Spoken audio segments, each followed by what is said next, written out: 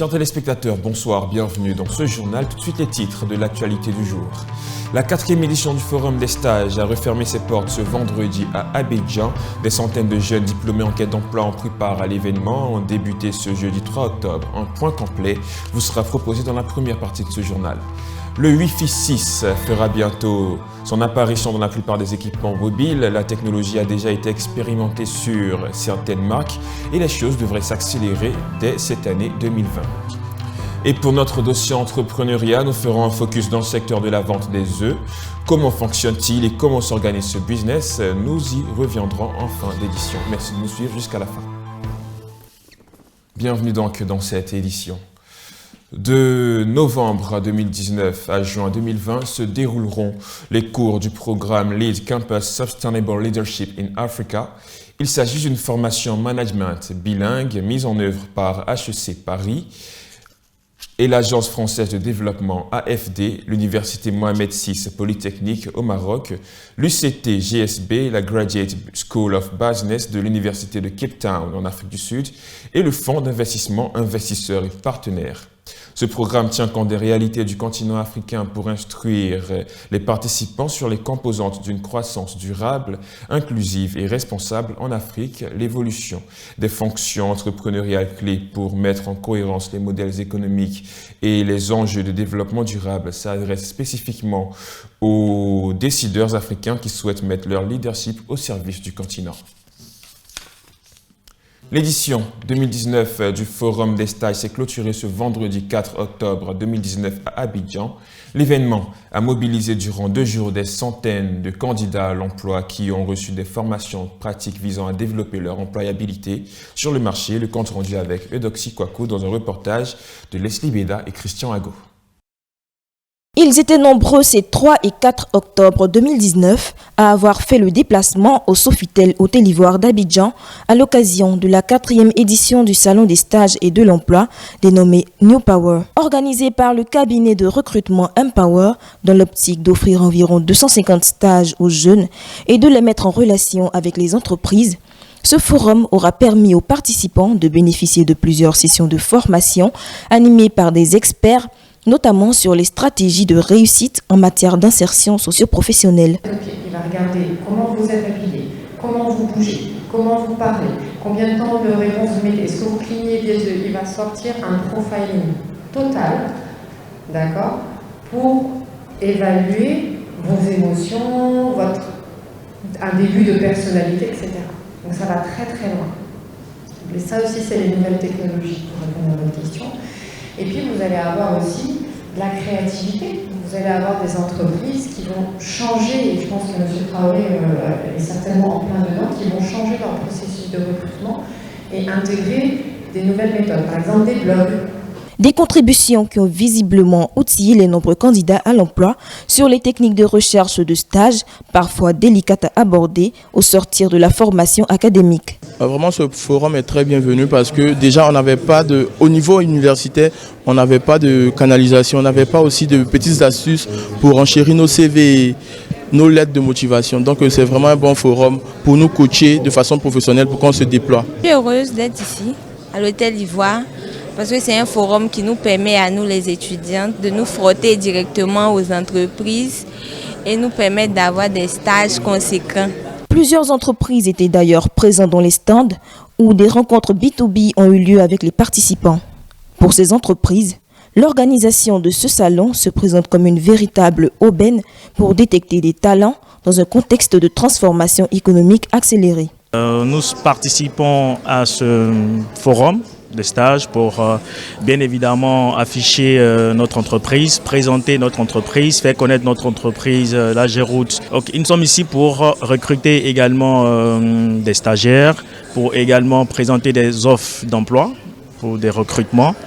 Et ces 2 jours nous ont permis de parcourir un certain nombre de CV, donc, dans lesquels notamment nous allons prendre certainement des stagiaires.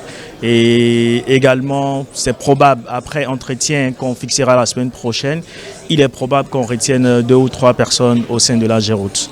Au terme de cette 4e édition, le comité d'organisation avec à sa tête la directrice générale du groupe Empower, Fanta Traoré, espère pérenniser cette initiative dont l'impact sur le monde du travail pourrait accroître les chances d'employabilité des candidats à l'emploi.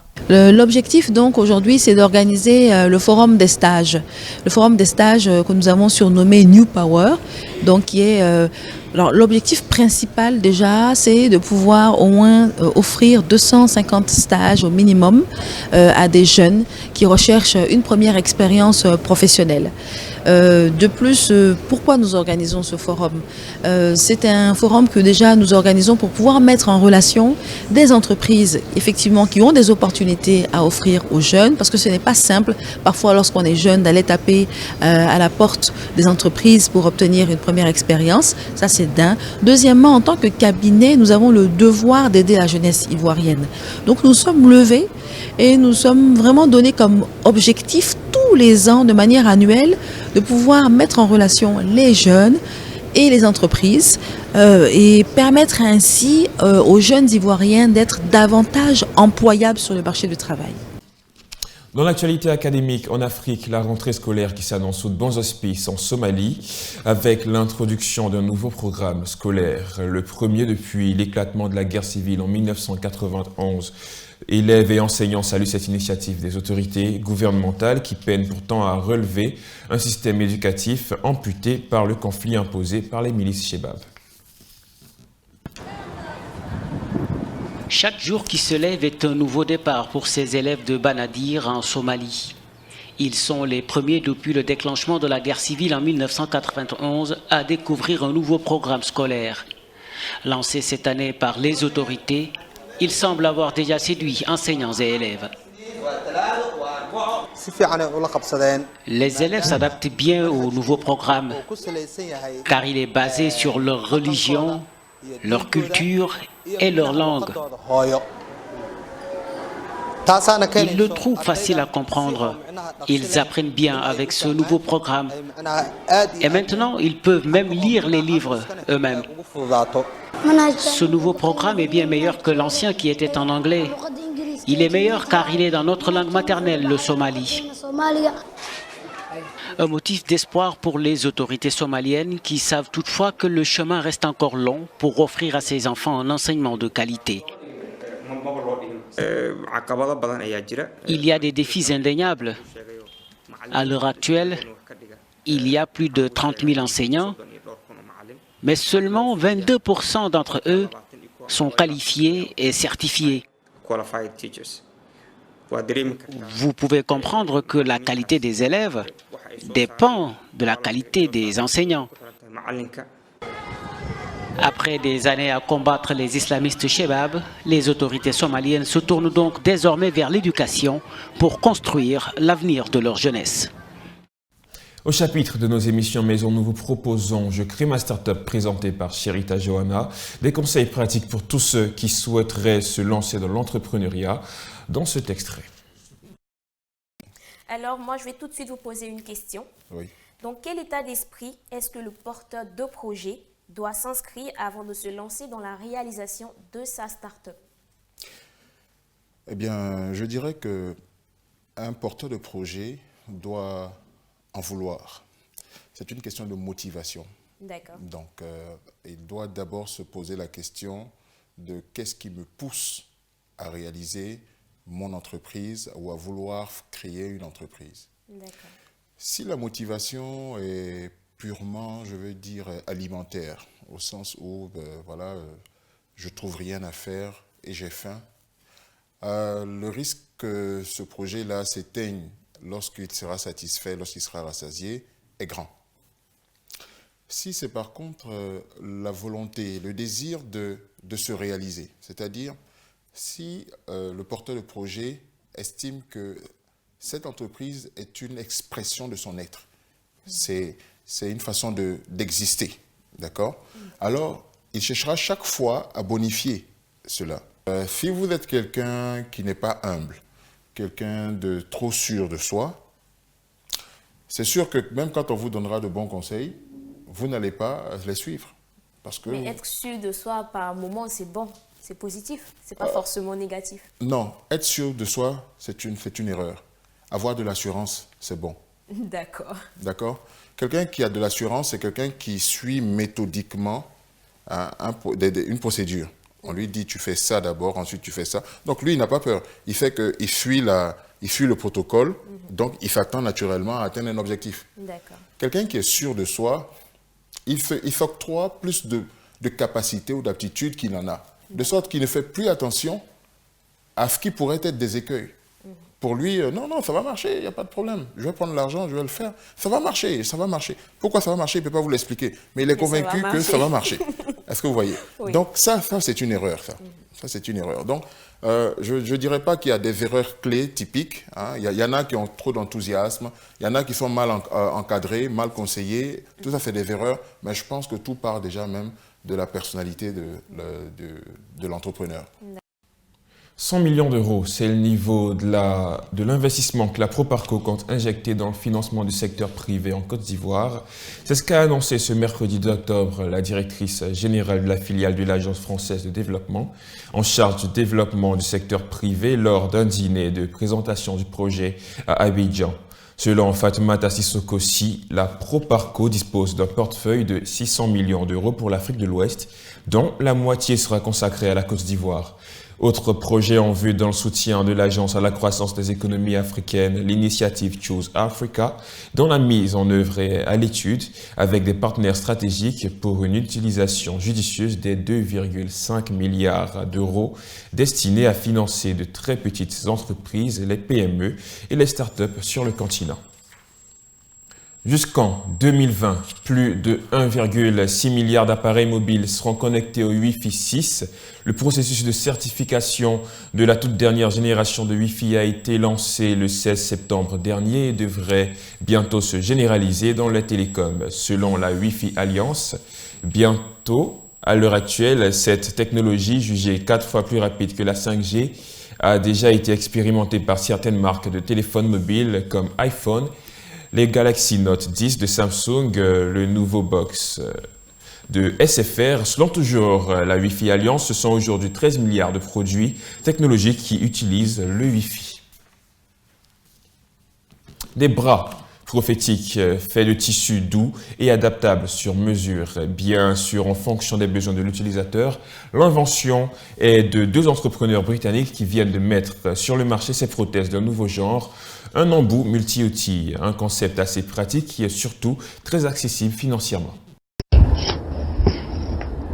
2 entrepreneurs londoniens réduisent le coût des prothèses en créant un bras de style multi-outils, pouvant être personnalisé selon les besoins des utilisateurs.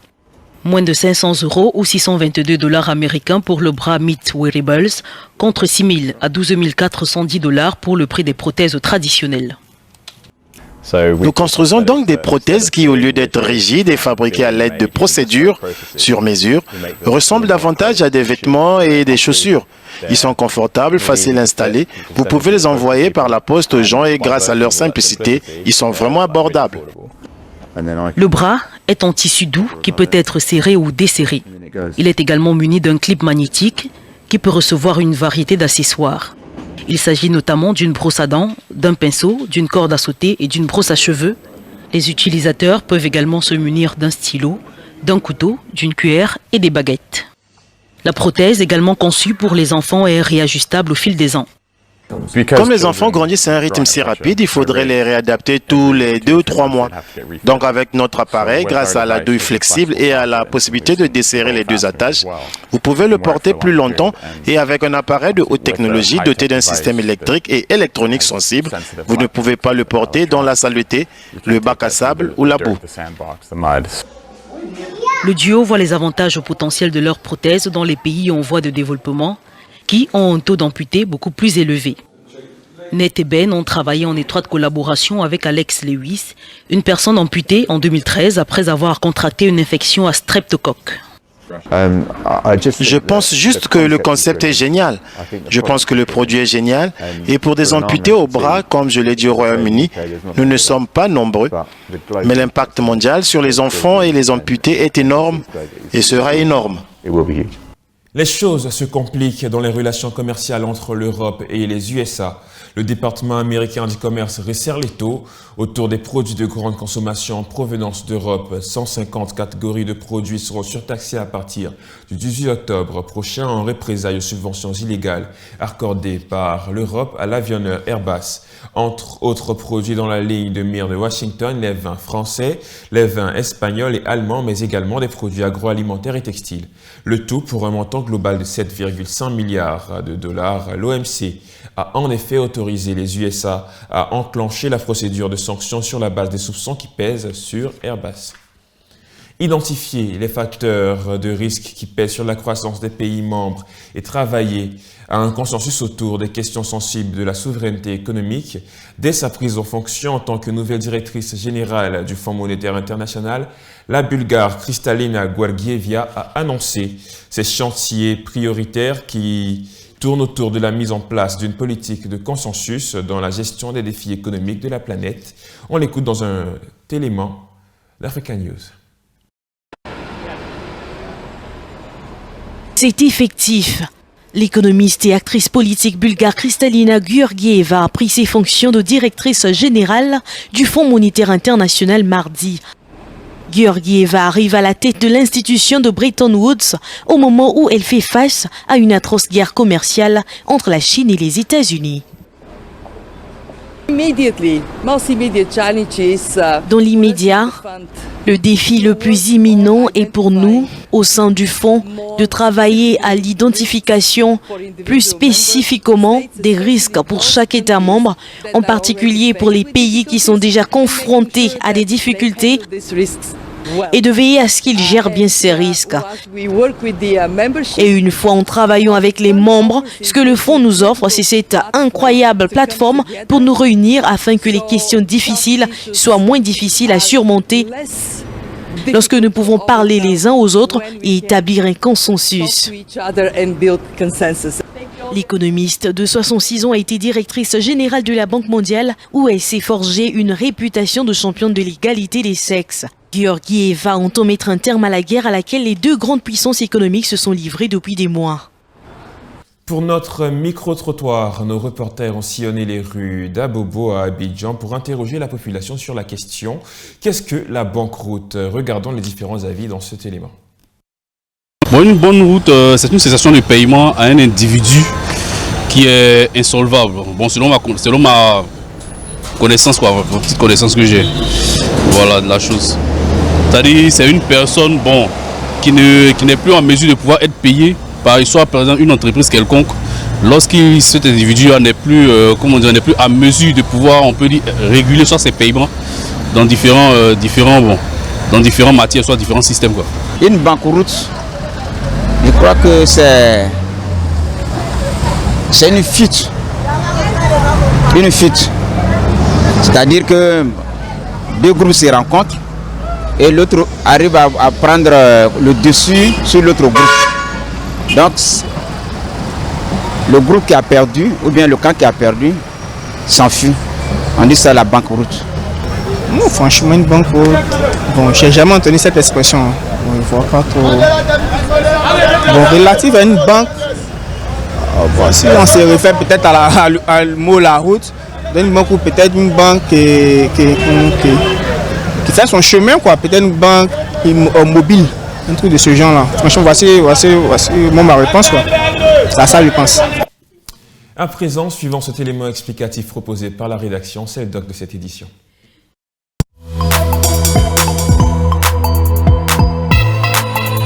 La banqueroute est la cessation des paiements de la part des négociants devenus insolvables.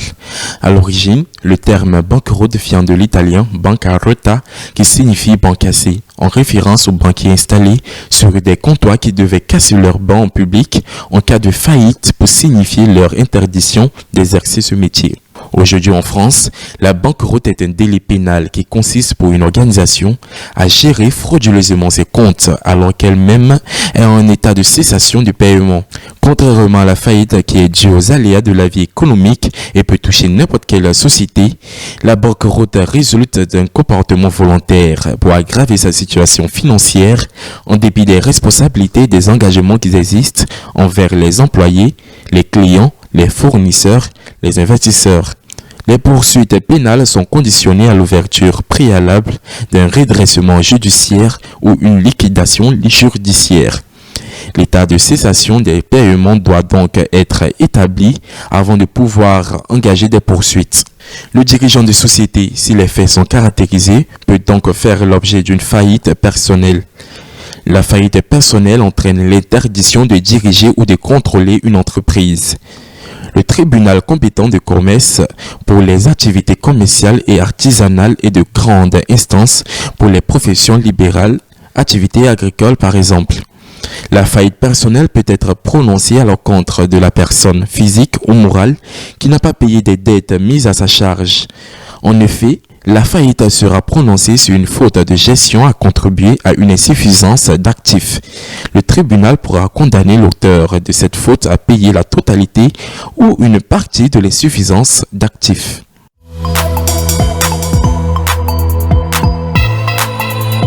Comme indiqué dans les titres de ce journal, c'est le business de la vente des œufs qui fera l'objet de notre dossier entrepreneuriat du jour. Cette activité est parmi les plus en vue à Abidjan et permet à de nombreux micro-entrepreneurs de vivre et de subvenir à leurs besoins. Nous avons échangé avec quelques vendeurs. Reportage. Elles sont nombreuses en Côte d'Ivoire, ces femmes entrepreneurs à avoir côtoyé, sinon à pratiquer encore la vente des œufs. Pour les populations, l'œuf est l'un des aliments les plus privilégiés en raison de son accessibilité tarifaire et il fait partie des ingrédients les plus couramment utilisés dans la gastronomie locale. Cette réalité économique a fini par développer une véritable industrie autour de ce produit et ce sont des centaines, sinon des milliers d'entreprises spécialisées dans la production d'œufs qui se sont créées pour approvisionner le marché. Le fait est que dans le contexte entrepreneurial ivoirien, se lancer dans la vente d'œufs est l'une des activités les plus pratiques, non seulement en raison du peu d'exigences financières que cela implique, mais aussi de la clientèle naturellement disponible qui permet de faire tourner l'activité constamment. Par jour, je peux vendre, comme aujourd'hui lundi comme ça, je sais que je vais faire 185 ou même 190 000 francs. Mais c'est les autres jours, samedi, dimanche comme ça, je peux faire 260, 270. Voilà, ça dépend en fait. Dans ce commerce situé dans le quartier d'Abobo à la périphérie nord d'Abidjan, cette dame en a fait son activité principale. Le magasin qu'elle gère est un centre d'approvisionnement pour les détaillants du quartier et cela lui réussit plutôt bien, en dépit des coûts relativement élevés de la plaquette à la ferme. Je me suis retrouvée dans ce métier pour pouvoir subvenir à mes besoins, être indépendante, ne pas toujours tendre la main et puis trouver que c'est un métier qui est rentable. Ça me permet de subvenir à mes besoins, à ne pas me retrouver dans la rue, à me prostituer, à faire des choses vraiment qui ne sont pas bonnes. En tant que femme, il faut être autonome, il faut être indépendante, il faut arriver à subvenir à ses besoins. Bon, pas forcément ce qui gagne par jour, sinon le métier il est rentable. Sinon les comptes sont bons, on arrive à se défendre, on arrive à subvenir à nos besoins grâce à cela. Pour elle aussi, la vente d'œufs en gros et en détail est une aubaine.